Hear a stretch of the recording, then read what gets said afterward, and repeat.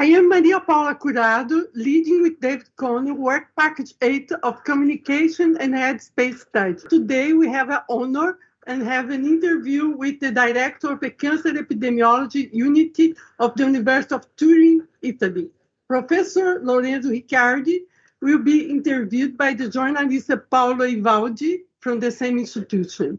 The subject is about tobacco consumption in head and neck cancer. He will be discussing about the time to quit tobacco and what's the chance to reduce the cancer risk.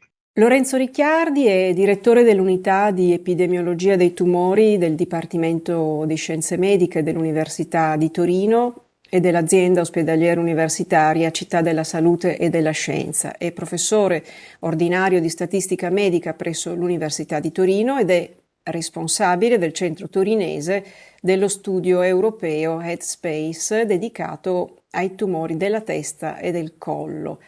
Il professor Ricciardi interviene sul tema tabacco e tumori della testa e del collo e la prima domanda è la seguente.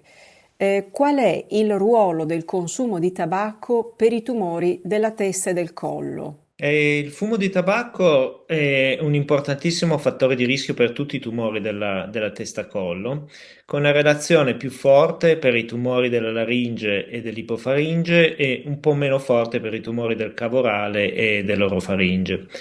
È molto importante considerare che c'è un'interazione tra il consumo di tabacco e il consumo di alcolici, quindi i fumatori che bevono alcolici hanno un rischio più alto dei fumatori che non bevono alcolici. Tutto considerato, alla fine il 75%, quindi 3/4 dei tumori del capocollo, hanno il consumo di tabacco come causa principale o concausa e questa proporzione è diversa in base alla sede specifica tumorale ed è il 60% per i tumori del cavo orale, il 75% per i tumori dell'orofaringe ed è l'85% per i tumori dell'ipofaringe e della laringe.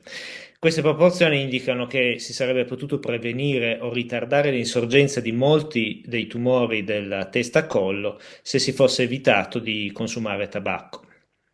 La proporzione spiegata, tra l'altro, è diversa negli uomini rispetto alle donne e questo è semplicemente dovuto al fatto che gli uomini fumano e consumano alcolici di più rispetto alle donne. Questi dati che ho riportato sono dei dati che provengono da degli studi europei a cui hanno partecipato anche dei centri italiani, però i dati italiani sono assolutamente in linea con quelli europei.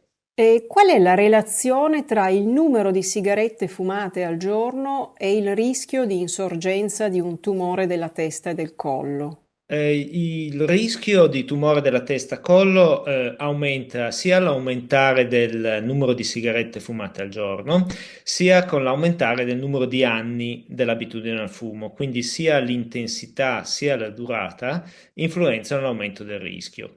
Per esempio, rispetto a dei non fumatori, un fumatore di almeno 20 sigarette al giorno per almeno 30 anni, quindi una dose importante di esposizione, ha un rischio moltiplicato per almeno per 5 per i tumori del cavo orale e orofaringe e di almeno per 20 per il tumore della laringe. C'è un rischio aumentato anche per bassa intensità. Per esempio, se un'abitudine al fumo con una quantità di sigarette minore di 5 al giorno fumate, però per un periodo di almeno 20 anni, è comunque associato ad un aumento di rischio di tumore della testa-collo. E il ruolo della bassa intensità si vede anche quando si va a vedere l'effetto del fumo passivo sul rischio di tumore della testa-collo, cioè del fumo attivo, dell'esposizione al fumo attivo di altre persone, e anche per il fumo passivo c'è un'associazione, quindi chi è esposto a fumo passivo per durata sufficientemente lunga ha un aumentato rischio di tumore della testa-collo.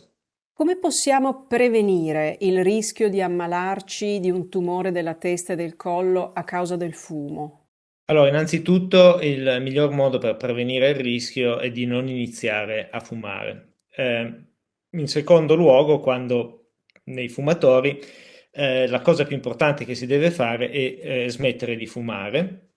Infatti il rischio diminuisce in maniera importante già a partire da alcuni anni dopo la cessazione del fumo. Per esempio, dopo 10 anni, dopo almeno 10 anni dalla cessazione del fumo, il rischio di tumore del cavo orale si dimezza e il rischio di tumore della laringe si riduce fino a un terzo. E si può considerare che 20 anni dopo la cessazione del fumo il rischio degli ex fumatori diventa comparabile a quello dei non fumatori. Thank you very much, Professor Lorenzo Ricard from the University of Turin. As you member of Headspace Study, we are very proud of you and about your whole work. If you are interested in this subject, like and subscribe to our channel. The link is in below. Share with your friends, and I hope to see you soon. Bye.